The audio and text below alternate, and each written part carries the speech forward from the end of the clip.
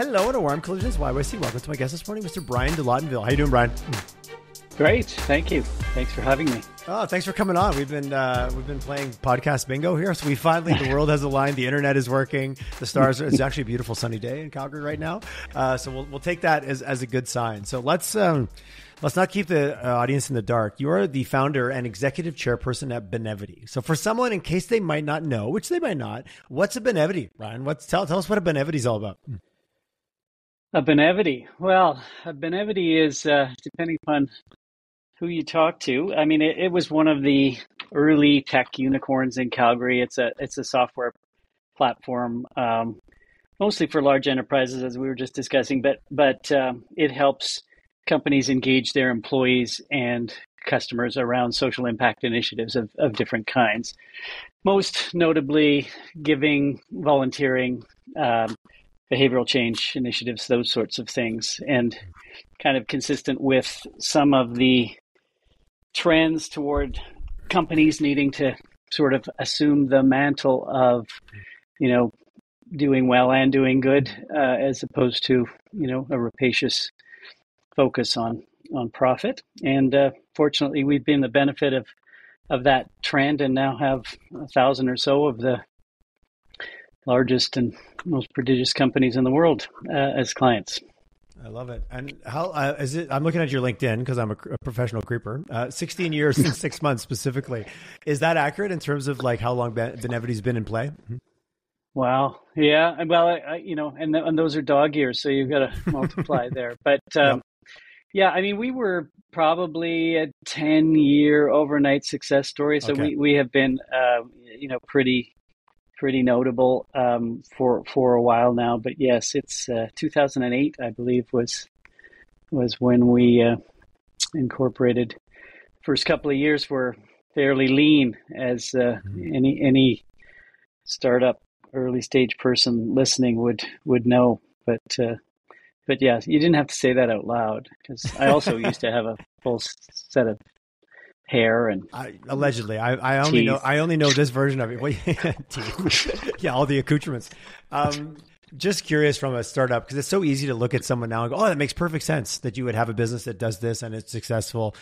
Was that the reception you got in 2008 when you led with, "Hey, we're here to do the thing to help you from a social impact perspective"? And they went, "Yeah, cool, great idea, but no, not for us." I always appreciate it. So easy to look at an idea that's evolved and percolated out and makes so much sense, but that probably wasn't always the journey. No, for sure. Many things. I mean, there's a certain amount of luck involved in some of these ideas that are, so many good ideas out there. Sometimes they're too early, sometimes they're too late. In our case, I mean, part of it was a happy accident in terms of my own circumstances. I had been fortunate with a couple of company exits, and got to the point where, and also some great experience in the tech sector that I think, as you know, I was a lawyer by training originally and did corporate finance work, and came to Calgary in the mid-90s to join a company called SMED, which was a manufacturing company that was a great little entrepreneurial success story in its own right. But after we took that public and grew it and had a hostile takeover bid and an auction, and ended up selling it to a large U.S. company. And it was a great operational MBA for me as a lawyer at the time, and sort of quasi lawyer by then. And then got involved with I was the adult supervision at one of the first multi-sided platform businesses in the tech world called iStock Photo, which you've probably heard of, and that was a great experience as well in terms of growth and sort of what not to do in some respects. We sold it wildly too early. But after both of those, I was at a point in my life where I wanted to actually do more than just talk about giving back. And sort of, I've always been really grateful for living in a country, on a continent where education can be the emancipator that it was for me. I didn't come from much. And so by the time we sold iStock Photo, I was sort of in that place where I wasn't desperate to create opportunity for my family and, put food on the table. I was feeling somewhat secure in that regard, and just wanted to do something in furtherance of that long held appetite. And so poked around in the nonprofit sector a little bit, thinking I could run a charity, and concluded pretty quickly I had neither the skill set nor the patience for that sort of thing, and sort of tripped over an initiative that it was an angel investor in this little thing that was trying to create some sort of giving for good loyalty program. It was originally called Through You, and I think we ended up calling it Screw You because we all lost our money. But it did expose me to this landscape where companies were only sort of giving sort of 5% of the then, I can't even remember what the numbers were, but tens of billions of dollars in charitable giving annually, and tried to think about how we could sort of increase that and do so in a way that could deliver business impact to them as well. And around the same time, we were just starting to get into ideas of it wasn't necessarily called ESG back then, but corporate social responsibility, CSR, those sorts of things. And rather than just kind of a handout and hope mentality around that, we tried to focus on what would be engaging for a generationally diverse group. Like millennials were just starting to be relevant back then. Now millennials and Gen Z, obviously the majority of the workforce, and have a different attitude around those things than us boomers did, where we were sort of box ticking around this issue, and often companies would do a once a year sort of thing, and it was a dutiful, obligatory thing to give money, and it might be to the United Way or to 3 or 4 charities chosen by the company, but it wasn't something that you sent a sense of efficacy around, or personal choice, or democratization, or any of those sorts of things. So we had a conflict, and democratization was a thing, much more so then, so a confluence of those trends resulted in us building a platform that was focused on companies being able to engage more broadly in multi sort of pillared endeavors. So they didn't have to just pick a cause or a charity aggregator or something like that. They could basically engage a person around what mattered to them, and match their donations or give them donation currency in return for volunteering hours and some of those things. And so it evolved to the point, and then we started to get some human capital management metrics that proved that people who were using this application were churning at north of 50% less than people who weren't using it. That's a significant, and that's, you said 2008 too. That's just like, I think about the rise of personalization, where that's great that my company believes in this, but I care what I believe in. And if you think of 07, 08, rise of social media, cloud computing, the iPhone, all of a sudden we became very, very self-interested, because we could be in a way that maybe wasn't scalable even before that, just from where society, as we all headed with this level of individuality that we demand. Exactly. I mean, we to your specific point, I mean, at that point we're starting to be able to customize your Nikes and build a car online. Totally. Yet in the context of this stuff, it was, I'm giving money to an organization like the United Way. I'm pretty sure some good's happening. I don't know where it's going. I don't know when it's going. I don't know how much of it's going. Like it was just totally inconsistent with their experience elsewhere. So, turned out wasn't a bad idea. Turned out it was. I have so many questions. One being about the recent kind of anti-greenwashing bill. I'm curious your perspective on that. But this isn't a current news type episode, so that was on my mind. But also just wanted to circle back of like just, I don't know why I'm thinking about this word, but that off-gassing of talent from like you were at SMED and you learned and you were part of something that grew, and it's great. There's a rich story there, and it's almost a soap opera in a way of kind of how that played out. But then iStock Photo, and just how you were able to, as an individual in your career, navigate, see, learn, take it somewhere else. Like just how important that cycle is when you think about Calgary, and like the energy sector's done that for years, smart ups to grow and sell and all that, versus what's happening in our tech sector now. It still feels like we maybe are a ways off that critical mass of the unicorns spitting out all these individuals that now have such a MBA that they couldn't have got anywhere else. Mm-hmm. Yeah, it takes trite as it may sound, it takes a village. So you need some traction, and scale in an ecosystem before it starts to self-propagate. And Benevity has, over the years, we have around 1,000 employees now, but we have churned, particularly since COVID.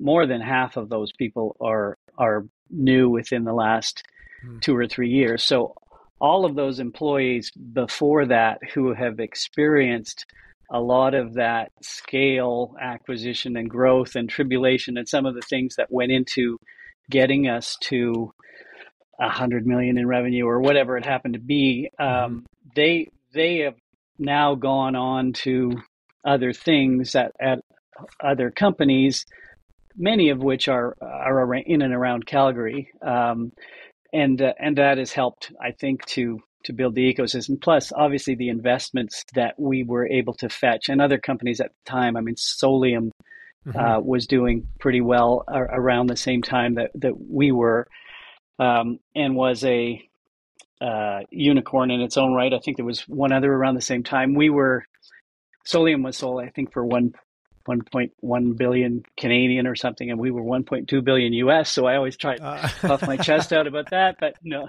so it matters. I get it. It matters. I'd heard that number float. So that was the final. And just curious, that transition when PE came in, was that also a trigger point where some of those early individuals are like, great, exit opportunity for me, I'm going to move on. Okay, great, we're going to bring in new people. Like, was that a bit of an inflection point for some of that flip over? Yeah, we did 3 meaningful rounds with different PE firms, and the first, and each time we were fortunate to be able to negotiate a secondary into the transaction. So our early angel investors were able to participate. Many of our employees, there were restrictions on the extent to which they could do that, as there typically is and stuff. But along the way, we provided. We're fortunate to be able to provide opportunities for people to get liquidity, and it's many of the early people were working at below market wage, and and there was the social mission was and is a huge part of who we are, and we attracted people who weren't necessarily motivated by making a bunch of money on this, and myself included. Ironically, it wasn't the motive, and I think in part because it wasn't the motive, we had an authenticity to our culture and the passion we had to make a difference in the landscape in this area, and so. While people had opportunities to participate, there wasn't a lot of departures. It was, I want to, having said that, as is often the case with institutional investors who have an appetite to, they invest, they want to see, so 3x on that. Yeah. They look to the teams that are in place to do that and have an appetite for been there, done that people. So, founders and early stage people who don't necessarily have the same resumes that they might be used to, so there is a tendency to churn some of those folks over time. And, but it's also the case that some people are much better suited for an earlier stage environment than they are, an extremely process centric, I don't want to say bureaucratic, but what is required. It changes. Yeah, it does change. Did you find that real unifying factor of core purpose that you had as an organization in the early days? Like you said, these people weren't necessarily looking for a get rich quick. They were like, I really believe in what you're doing. Did that shift at all? And I don't mean negatively, just did that shift? Once money starts to show up, it looks different, right? And like by that second raise, or like just curious if that, obviously I know your organization, I know it, I know a lot of people that have worked over the years. There seems to definitely resonate that core purpose, but did it shift as things scaled from an investment perspective?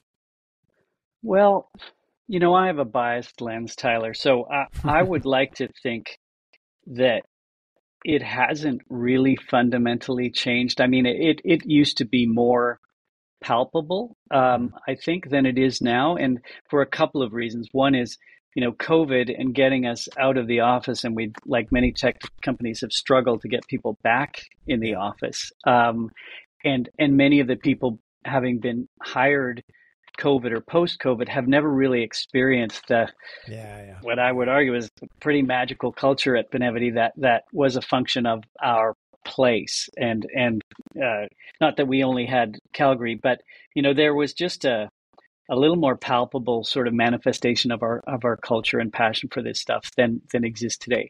Also, I participated in the hiring of the first couple of hundred people, so there was a little bit of a common thread around there, and we were hiring for values, and that gets harder and harder as you get larger and larger, and especially when you're looking for more esoteric skill sets and stuff. So yes, I think it has maybe been a bit diluted, but most of the people who come to Benevity are coming because it's an opportunity to meld purpose and work, and I think that is also a trend that we're seeing generationally. Yes. That has helped with not only recruitment but helped with our sales to companies, because they have to deal with that as well. I can work anywhere. I might as well believe in it, and it'll just be that much better. Like there's a little bit of that mindset, like, oh, there's lots of jobs. I might as well go somewhere that actually blows my hair back or fills me up, whatever you want to say it. Yeah. All else being more or less equal. Yes. Right. I will take the company that sort of gives back over the one that doesn't. And that doesn't mean I don't want to, make the most money I can make, and, a bunch of things like that. But, and in the millennial context, there's an impatience that is relevant, I think, as well. How about now? I'm ready now, Bryan. Or how about, it's been 3 months, I'm not a VP, like, what's going on? Well, I think we could do a separate podcast just on that. But we'll see where that. Yeah, I don't know if we have the time. Maybe. Curious, just thinking about you as a leader, the guy who started, I think, above a pizza shop. Is that correct, or above a shawarma shop? Falafel, yeah. Falafel. I'm sorry. I misplaced the food in my memory. No, to the gentleman who, and obviously you had experience in those other organizations, but I just think about. Almost, I joke, and some people go, "Oh yeah," I'm like, "Whoa, man, that was like two versions of me ago." When you think about yourself as a leader on this journey, was there ever those moments of like, "Holy shit, I'm not the right guy to do this. I'm not the right person to run this," or some of your past experiences set you up well to meet the new challenges when you look around the corner and go, "Huh, didn't see that coming." Yeah, I mean, it's a great question, Tyler. I didn't have a lot of that in the early days necessarily. I mean, I didn't have time to worry about whether I was the right guy. I appreciate the honesty of that statement. Yeah, I didn't have time to get stressed out. I just had to do the thing. I also, I benefited from those both my legal experience and being involved in a number of companies. I mean, I've always been observant, so I learned a lot, and not always positive role modeling, but also potentially not what not to do. But I find those almost equally or more valuable sometimes. Whenever I get to that place, I'm not going to act like that. Having said that, I mean, I think there's an element. I would like to think that humility is a part of who I am, and often. What comes with that is an over-index on it, and can transfer into sort of insecurity or imposter syndrome, or some of those sorts of things. Good old imposter syndrome, yes, absolutely. Yeah. So I think later on, I've as evidenced by the fact that I tried to quit once and we hired somebody, and it only lasted a couple of weeks, and I came back. But I was ready to move on at that time for a variety of reasons. I mean, burnout might be one, but also thinking that for the size and scale and opportunity in front of the company, they needed someone who had more energy and experience and some of those things than I did. So, but that came relatively later, and it was sort of after the part of the last transaction we did. That was part of the deal. I was going to step back, and Kelly Schmidt was going to take over as CEO, and it was also part of my goal to have a diverse leadership group, which sometimes you have to move out of the way for other people to rise up, right? Like you have to clear the path, and sometimes that means getting yourself out of the way. Yeah, and in the case of that's relatively easy. In the case of getting a first time female CEO into the seat, you also maybe had to take a negotiating stance of that, because it's tough. How did those conversations go with your PE partners? Well, I mean, we had a very competitive, like it was a function of how attractive the company was at the time. So, I was fortunate to be in a position where there were a number of firms competing for the opportunity, and it really wasn't in question that this person was, so it's and she has done a tremendous job, and is, whatever she does in the future, she will no longer be a first-time CEO, and I think will I appreciate pave some road for some other people, and it's I was, like I told you, I was raised by a single mom, grew up, I have three sisters. It just, I just have been, my wife has educated me on, how to become a little more fully functioning male, and so I'm very proud of the team that we attracted, many of whom are happen to be superstar women. How critical? Well, the reason we got connected was through the Access Connects Awards for you. I think it was allyship. Is that I think that's how we ended up getting Amber said, "Hey, who do you want to talk to in the list?" I was like, "Oh, Bryan seems like an interesting fellow. I'll chat. Maybe I can introduce you to him." So we did come together from that, and I did appreciate that you said something to me when we first met. It's like, Tyler, I don't think I should get an award. I don't think anyone should get an award for just doing what was the right thing.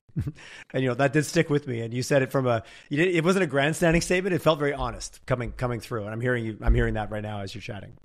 Yeah, thank you. It definitely resonated. And would you say, looking back, obviously, and I guess that's a silly question. Of course, it's had positive impact. Look at the outsized outcomes you've been able to drive.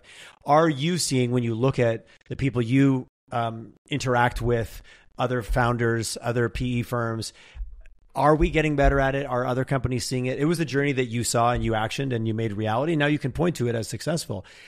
But yet everywhere I look, we're still behind and our numbers don't show it, and we're kind of shitting the bed on it. What are your thoughts on kind of where it's going outside of the own world that you created? It being the Calgary tech ecosystem. Sure.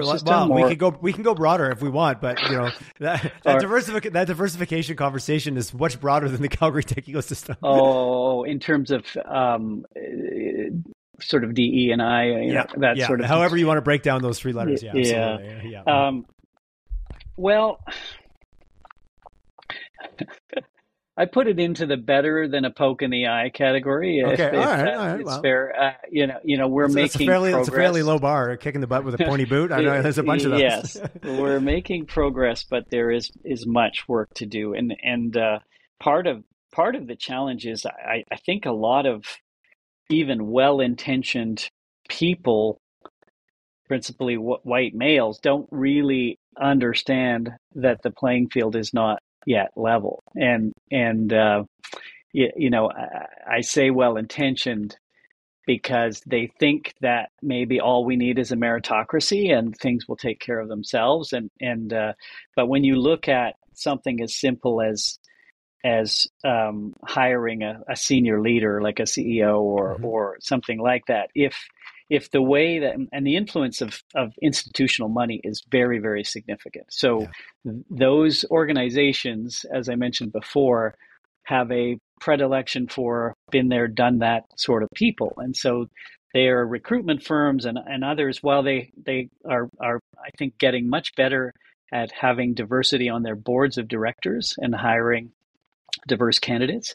When you look at senior leadership teams, they're still looking at resumes, which is a function of experience and having done that. And it's very difficult for some of those minority categories to stack up on a apples to apples basis on a resume. So at some point, somebody or several somebodies have to take something of a leap and say, we're going to look at eligibility and qualifications somewhat differently. And I think that is a little bit harder for some of these institutions because they're taking a risk with with money, capital, and therefore the return they think might fetch, which impacts their fund, raising capabilities going forward and stuff. So what it is going to take, unfortunately, is more show me. And so when you see people succeeding in these roles, and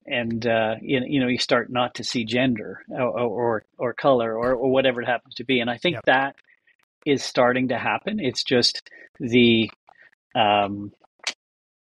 behind the scenes stuff is still lacking. It's too dependent on champions. So you need a champion at one of these firms, like at HG, or in our case, or we also have with our 5 private equity firms on our board. Talk about cat herding on a board meeting. But we have a couple of impact funds, and they help our board dynamic. They've got a higher calling in terms of what they need to their mandate. Yeah, and they all there's a number of women on our board as well, and so just for a company like ours in the business we're in, I mean, diversity is not something that I have to sort of pound the drum about, but many companies, it's still a relatively nascent concept, and the current political dynamic and some of the people we have involved in that haven't helped. So the movement sort of away from ESG and DEI and B, and to some extent, it's unfortunate we picked monikers and chosen a cancellation model as sort of how it gets implemented, because it's become a very binary, polarizing kind of thing when it's not very when it really should be a collaborative one. Yeah, exactly. Hey, curious, I appreciate the amount of acronyms you can rhyme off, from even your early days of corporate responsibility to now we're dealing with ESG and DEI and all the different ways you want to say it. And this morning, obviously, the big news, or that's it. Not that this is a popular news and event show, but Bill C-59 with the anti-greenwashing bill, and then a bunch of pipeline companies pulling down all their content at the risk of now being held accountable for things that they're just curious about. We moved through different sets of acronyms, and now we're trying to police it a little bit, but feels like so many things we go too far. I don't any perspective on that. And I know enough of what I listen on CBC. I haven't really dug deep. So I'm kind of asking you as my de facto expert, because we're on the call. So please, you can step aside if you're like, Tyler, this is not my area of expertise.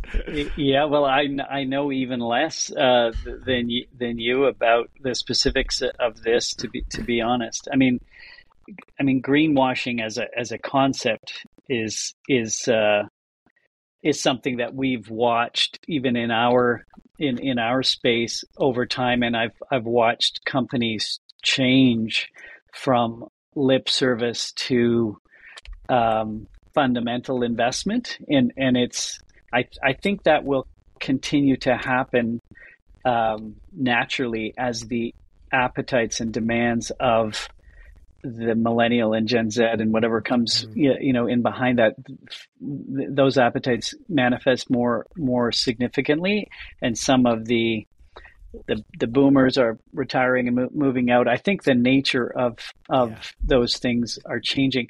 At the same time, though, and AI is going to exacerbate it, but it's so difficult to avoid or seek veracity in content that greenwashing and fake news and whatever else. It's really obviously very influential in our society. So and then you've got the long held sort of practice of holding your nose to take the money. So people have to be sort of principled in what they're doing, and sometimes that's difficult for whatever reason, so it's a complex cocktail there. But I'm not, to be honest, I'm not familiar with the Bill C-59.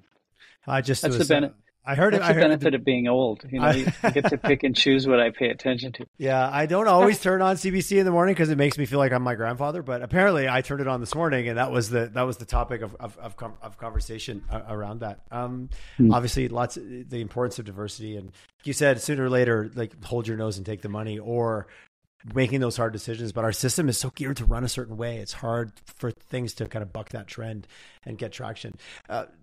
Calgary, you based Calgary. I know you talked about when you and I talked offline that a lot of your early customers were based in this ecosystem, but very quickly from a scope and scale perspective, the large enterprises, but yet you stayed in Calgary, which I love. There's so many great companies here that most of their customers are somewhere else. Was there ever a thought about moving or taking the company somewhere else, or was those Calgary roots important to you? Just curious. I'm sure that conversation came up along the way somewhere. Yeah, it did. And the answer is no, never. Right. We did get some when we were smaller. We did get some hairy eyeballs from some of the it's a nice way to say the venture firms like Calgary. Why Calgary? And I could make a pretty good case for why Calgary and in our earlier days, and then it got better. I mean, and obviously remote work and the evolution of technology really helped us continue. It was tougher, sort of before COVID and where we had to try and find this more esoteric talent in Calgary in an environment where there weren't a lot of SaaS platforms and that of size and scale. So we had been hiring and moving people here or to Toronto or Victoria where we had hubs. But now we've got a lot of people in the US that the world's very different now, for sure. It's just very different, and we're international. We've got a meaningful operation in Barcelona. I saw that. I saw that. It's Calgary did I see Switzerland as well on there? There is, I did. We have a few people in Switzerland, but they were part of an acquisition we did, a little company called Alaya, and most of their people were in Barcelona, notwithstanding that the founders were in Switzerland. I'm curious about the comments about hairy eyeballs from venture and the role that venture can play early on in a startup's career on bullying or suggesting or pushing versus did clients care where you were? Or did they care more about the value proposition and your ability to deliver and maybe who else like them you'd work with? Just really playing with that, what's maybe good for the client. And then I've talked to a lot of firms. They're like, hey, my venture partner is bullying me to do things that they think are the right answer. I don't know, but my clients seem okay with it. I don't know. Any commentary on that balance? Yeah, well, I mean, that equation, it's like I get asked a lot by founder types and CEOs who are getting ready for the next round of financing, or they're what should I do, what's important. And first of all, I make sure they know I am no oracle on any such matter. But back to that humility, Bryan. It's good strategy. I see you're holding true. You're staying on brand.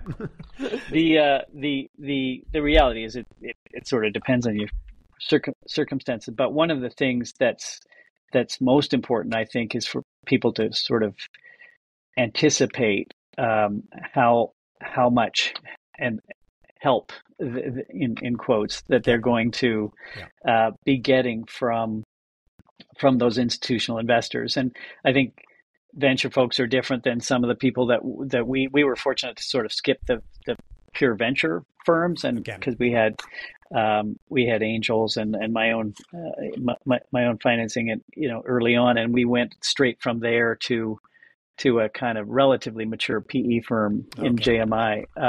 Now they're all somewhat. I don't want to offend any of my PE brethren here, but they're all somewhat similar in terms of their orientation, but. Because they have to be. Math and metrics are sort of the it is their business holy model grail. to a certain extent. Yeah. Everyone leaned in a little bit right there, Bryan, to see what you were going to say. I was like, "Ooh, what's he going to say next?" We are getting into the part of the thing where you might want to edit some of what I say, but no. I disagree. This is the good part. This is what I spent 35 minutes getting to. This part. But it really does change your business and the dynamic you have with your board and your investors. Like when I had nothing but angel investors, I was very forthright and I think decent at keeping them apprised of the true state of affairs, and sent out a monthly thing, and we met and they, but it was there was no intrusion, there was no and by contrast, once you have institutional investors, they've got a lot of smart folks, unquestionably, and some are better than others. Many of them, the later stage firms have operational teams who are resourced with people who've actually been there and done that. But there's still a lot of expert advice being conveyed from people often who've never even run a lemonade stand. So it's sometimes difficult not to push back and really try and remind folks that not every company is in a commoditized, mature space. Not every company is as structured and processed as other companies in their portfolio might be, and it just like there's a tendency to sort of paint with a pretty broad brush across portfolios and think that there are kind of playbooks that can be replicated, and it's just when you get the right firm and the right people within that firm, they have soft enough hands to manage teams and companies in a more I don't know, optimized way. And it's just finding those firms and those people is the important part of choosing the fundraising, the next phase of your fundraising. Sometimes, though, you don't have the luxury of picking from 5 or 10 folks, right? As I say, you might have to hold your nose and the power dynamic. Take the money. The power dynamic matters for sure. Yeah. It's kind of what we were talking about earlier: individualization, personalization. A firm that's like, we only invest in this type of company, or we're every company has we pull the same set of tools off the shelf. But I'm hearing you say that's not the case, and so being cautious about who you're working with, and if you look at the rest of their portfolio and go, okay, every company kind of looks similar, and we don't. That could be a potential identification of a red flag. Yeah, and for me, like identifying what some of these companies had to say about the importance of culture. Like it's like the intangibles about businesses are not easily measured and metriced, and yet certainly in our case it was a very important part of our success, because our clients, and this gets back to a little bit what you were asking about Calgary. I mean, they for the most part loved that we were Canadian and that we were and perceived as more, I think, authentically committed to some of these things that maybe more centrist, maybe a little more to the left of Attila. So I think that was part of our identity and an important part of our, not only attracting these large enterprises, but we we have lost very few over the years, and that culture wasn't just authentic; it was also very service oriented. And I learned some of the power of that um, from my experience at SMED. They had no business winning some of their business, but the culture of the company and the people and the approach they took to relationships was extremely important. And so replicated aspects of that in Benevity in an obviously very different vertical. Well, SMED also had a very a prolific leader that was very good storyteller as well, in terms of being able to paint the picture of what was probably capable. I'm guessing, having interviewed and having chatted with that individual over the years, and his reputation far precedes him. And I think his reputation is as big as it is. It's understated. He is a prodigious entrepreneur, and one of the few true visionaries I've met in my life. But he's unfortunately, or fortunately, however your perspective, he does rinse and repeat on the space. Like he could probably do a bunch of other things in different areas. But yes, he is. He sticks to his knitting. Yes. Whereas I am a card carrying introvert, so I was managed to cobble through the sales endeavor and I think. Chose the right type of people who would be inspired by something bigger than just my stories. Yeah, fair. Yeah, fair. Yeah, put yourself in the room with the right. Yeah, create the right opportunity. Any thoughts on what I'm certainly seeing or talking about now? If you have a perspective on, you're becoming my de facto expert. This happens all the time, so I apologize. This move where I'm seeing a lot more, venture or even PE kind of moving into that early stage. Oh, we're spinning up a new early stage fund. Like, I'm seeing it show up everywhere, from the opportunity, and maybe some of the opportunities in that more mature space are not as lucrative as they were maybe a few years ago. It seems like everyone's playing in that early stage market, or everyone's spinning up a new early stage pre-seed seed round fund. Any thought on that kind of that movement, which seems to be showing up everywhere I turn? I'm seeing someone release a new fund. Yeah, well, I am not as attentive to some of that as others you could get on here, like Brad Zumwalt and some of the folks in town here. But we need to sprinkle the infield. I mean, the reality is that model, you might have 9 failures to get one that goes. And if we just wait for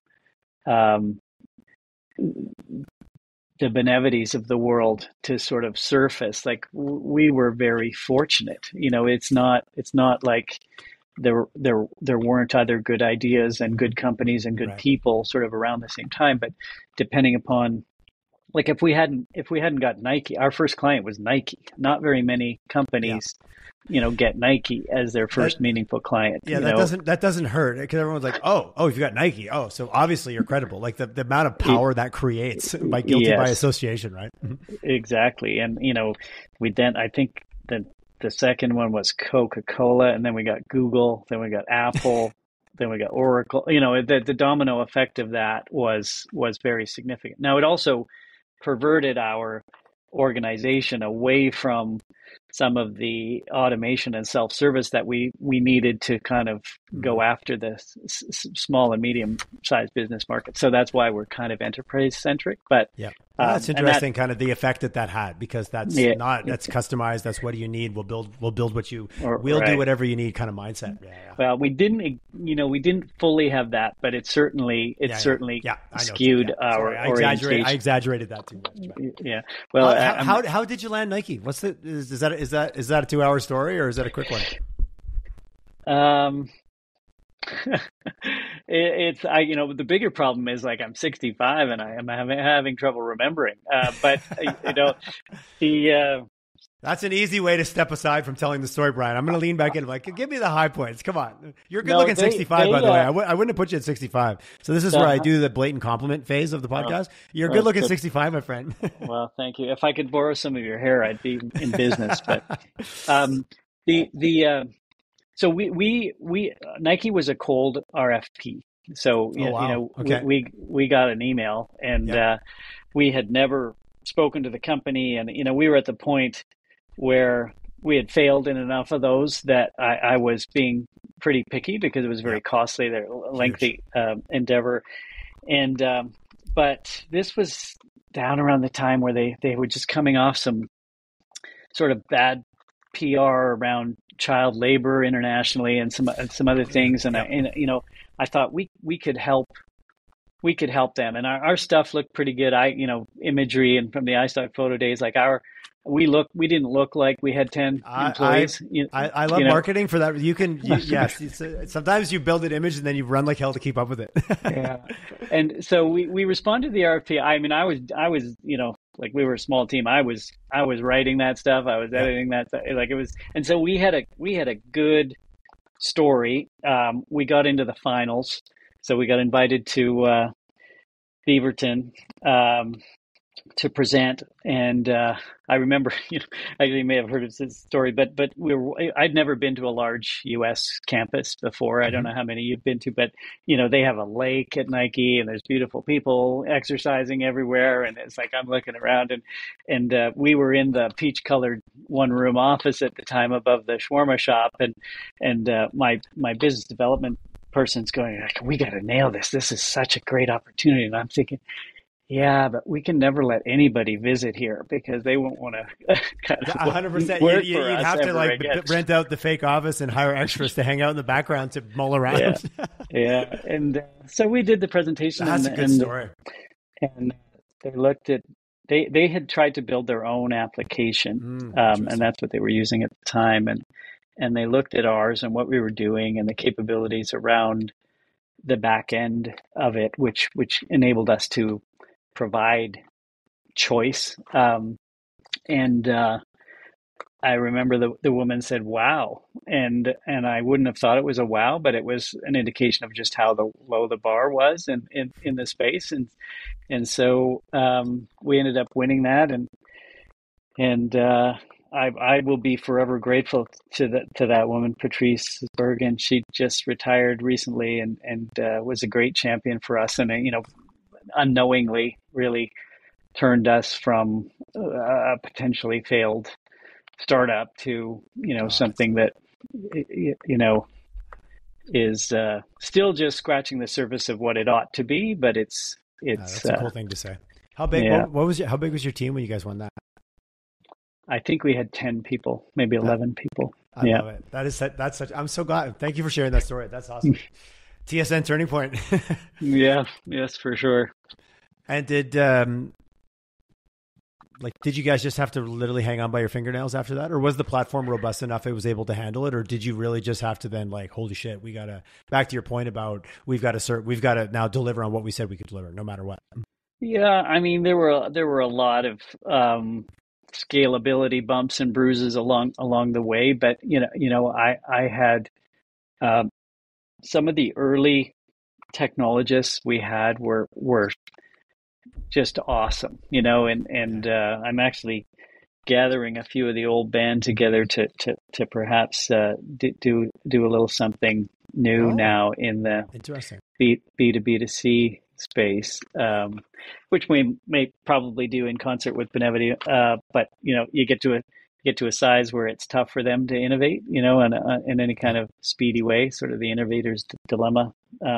But so we didn't make all the right decisions for scalability by any means. I mean, we built the application around Drupal, which seemed like a good thing to do at the time, but now it's a big part of the tech debt that we have to sort of mitigate. But it was it wasn't a disaster, but it was difficult. And we made it work, and by being attentive and really, I mean, those folks in the early days, many of whom are no longer there. I think there's a couple of people who've been there more than, I think 13 years is probably the longest tenured person there beyond me. So, it's been sad to see, a lot of those folks go, but as I said earlier, many of them have gone on to do great things and or things that they're passionate about. So, one that fellow that I mentioned who was such a great technologist, he spent a couple of years just working with his hands. He was so fried from the Benevity experience, and now he's back with a massive appetite around AI. So, which is a whole other topic we could. Yeah, that is spend 2 hours I know, on. 100%. Well, even the comment you made about tech debt, how much was that a factor? Like, it's such a word I hear more now, and a few years ago I didn't hear as many people talking about it, just maybe because it wasn't as mainstream. But is that accelerating with companies as this amplification of technology is so outpaced our ability to keep up with it, just as humans, just at a most simple level? But in the early days, was that tech debt reality as impactful in the first 5 years as it was in the second 5? And I know there's so many factors to that, but technology just obviously seems to be accelerating at such a pace.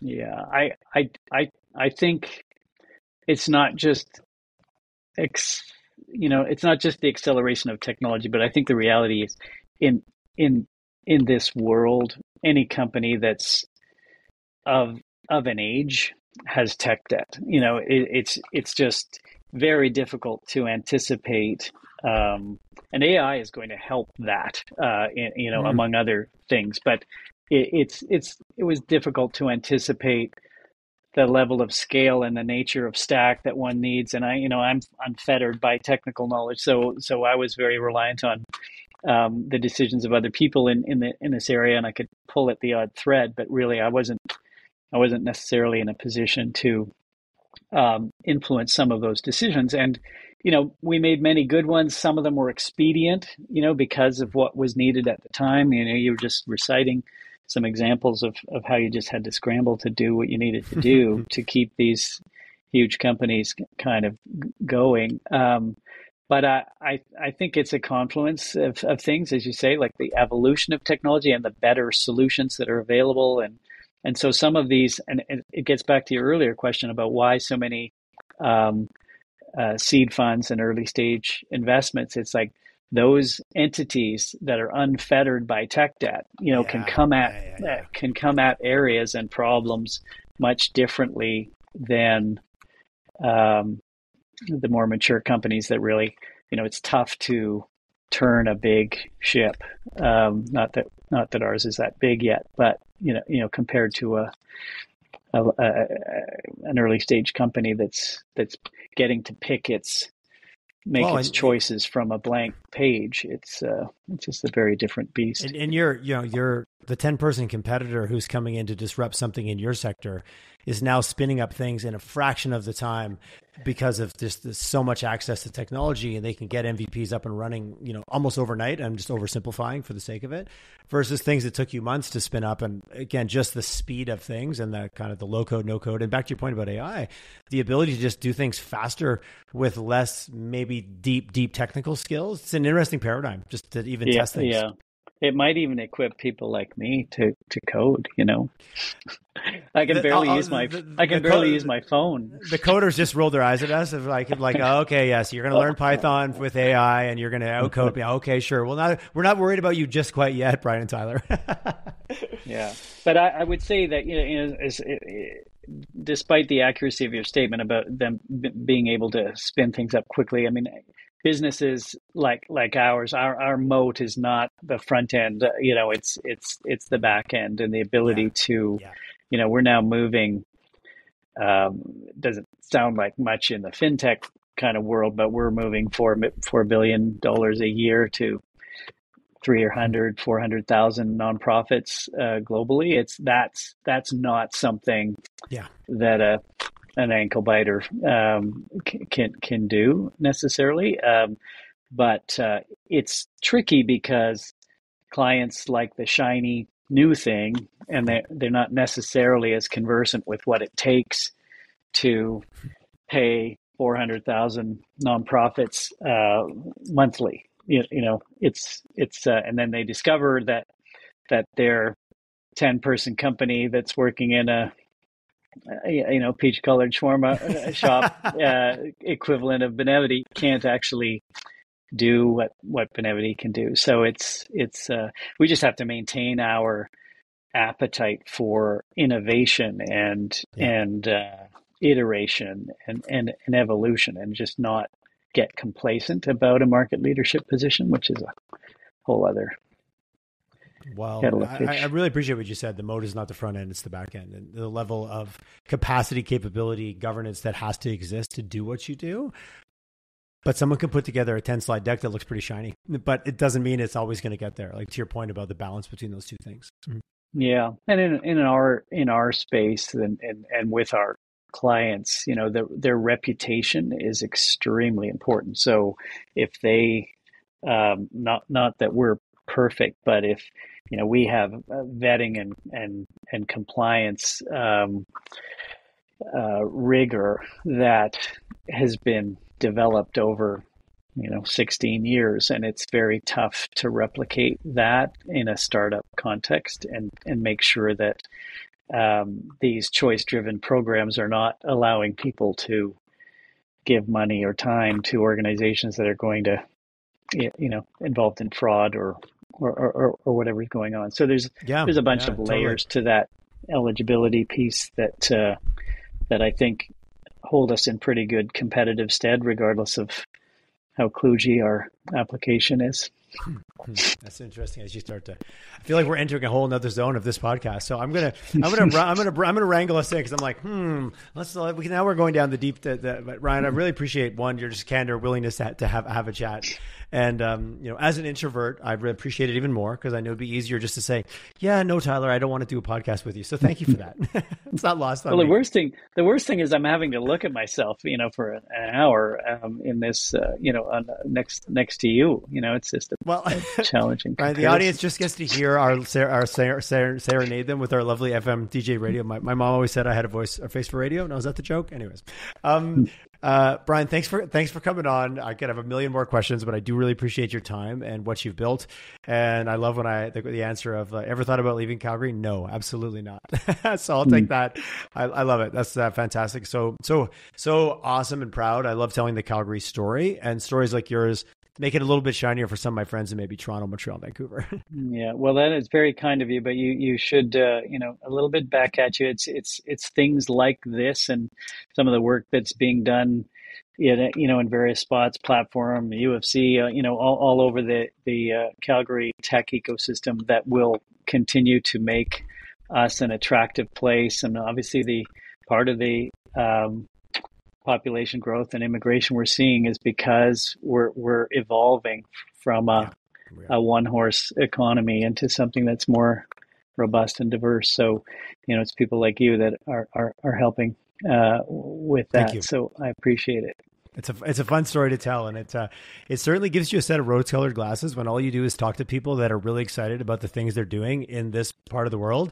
People are like, what's your views on this part? I'm like, I am all in on Alberta. I'm all in because I talk to people that are doing all the things that are really moving the needle here. So it's a nice way to stay really positive about life and the world around you. That's great. Thank you, my friend. Hey, if they happen to want to reach out, I'm sure you're a popular guy and you're like, no, Tyler, I don't want people to reach out. LinkedIn, is that a good place to find you? Do you have any preferred channels that you like if someone wants to connect? LinkedIn is about as social media-ish as I get. So that does work. And, my contact information is pretty easy to come by at Benevity. So, Bryan@benevity.com with a way. So, amazing. Bryan, thanks for your time. Thanks for your willingness to come on. And it was a great chat. I appreciate it. Thanks, Tyler. Talk to you soon.